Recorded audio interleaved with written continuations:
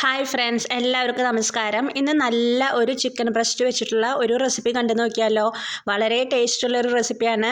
നമുക്ക് ചോറിനും ചപ്പാത്തിക്കും ഒക്കെ കോമ്പിനേഷനായിട്ട് പറ്റിയിട്ടുള്ള നല്ലൊരു അടിപൊളി റെസിപ്പിയാണ്. നിങ്ങളെല്ലാവരും തന്നെ ഈ വീഡിയോ കണ്ടൊന്ന് ട്രൈ ചെയ്ത് നോക്കണം കേട്ടോ. ഈ കറി തയ്യാറാക്കുന്നതിന് വേണ്ടിയിട്ട് ഞാൻ 2 പീസാണ് എടുത്തിരിക്കുന്നത്. ചിക്കനെല്ലാം നന്നായി കഴുകി വൃത്തിയാക്കി കട്ട് ചെയ്ത് റെഡിയാക്കി വെച്ചിട്ടുണ്ട്. ഇനി നമുക്ക് ഇതിലോട്ട് ആവശ്യത്തിനുള്ള ഉപ്പ് ചേർത്ത് കൊടുക്കാം.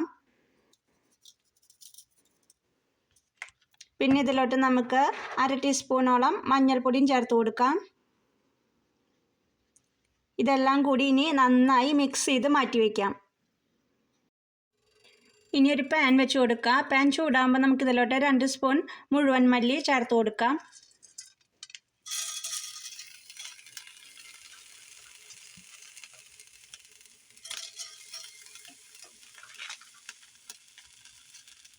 ഏഴെട്ടോ വറ്റൽമുളക് ഇട്ട് കൊടുക്കാം.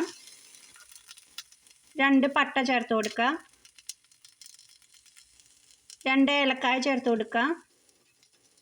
2 ഗ്രാമ്പു ഇട്ട് കൊടുക്കുക. ഇനി നമുക്കിതൊന്ന് ചൂടാക്കി എടുക്കണം. ഇപ്പോൾ ഇതെല്ലാം ചൂടായി വന്നിട്ടുണ്ട്. ഇനി നമുക്കിത് പൊടിച്ചെടുക്കാം.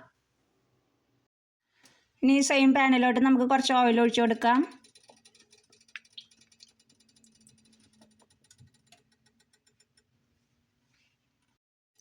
ഇതിലോട്ട് 2 വലിയ സവാള നീളത്തിൽ കട്ട് ചെയ്തത് ചേർത്ത് കൊടുക്കാം.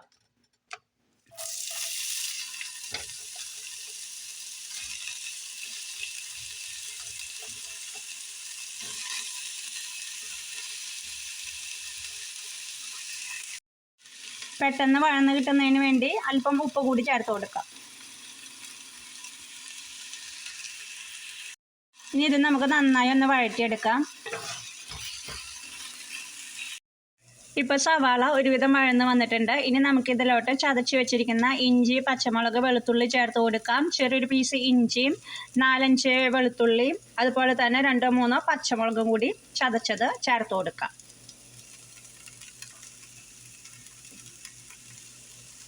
പിന്നെ ഇതിലോട്ട് അല്പം കറിവേപ്പിലയും കൂടി ഇട്ട് കൊടുക്കാം.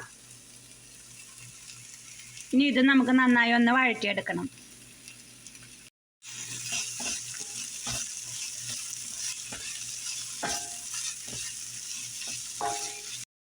ഇപ്പോൾ സവാള, ഇഞ്ചി, പച്ചമുളക്, വെളുത്തുള്ളി, കറിവേപ്പിലയൊക്കെ നന്നായി മൊരിഞ്ഞ് വന്നിട്ടുണ്ട്. ഇനി ഇതിലോട്ട് നമുക്ക് 1 ടീസ്പൂണോളം മുളക് പൊടി കൂടി ചേർത്ത് കൊടുക്കാം. ഇനി ഇത് നമുക്ക് നന്നായി ഒന്ന് മൊരിച്ചെടുക്കണം.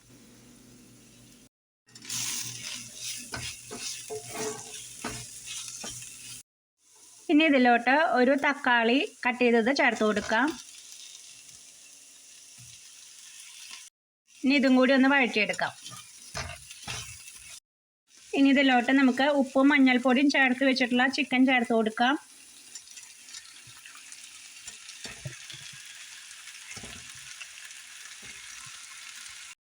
ഇനി ഇതെല്ലാം കൂടി നന്നായി ഒന്ന് മിക്സ് ചെയ്തെടുക്കാം. ഇപ്പോൾ ചിക്കൻ ഒരു 3/4 ഭാഗത്തോളം വെന്ത് വന്നിട്ടുണ്ട്. ഇതിൻ്റെ മുകളിലോട്ട് നമുക്ക് നേരത്തെ തയ്യാറാക്കി വെച്ചിരിക്കുന്ന ആ മസാലപ്പൊടി ചേർത്ത് കൊടുക്കാം.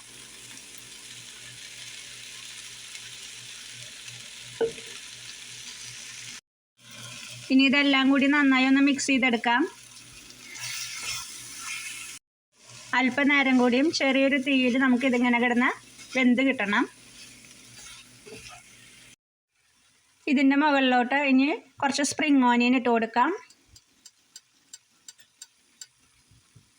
പിന്നെ കുറച്ച് മല്ലിയിലയും കൂടി ഇട്ട് കൊടുക്കാം.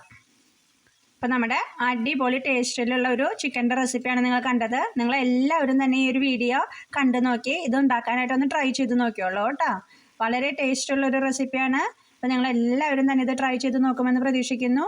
അപ്പോൾ നമുക്ക് അടുത്ത അടിപൊളിയായിട്ടുള്ള മറ്റൊരു റെസിപ്പിയായിട്ട് വീണ്ടും വരാം. അതുവരേക്കും നന്ദി, നമസ്കാരം.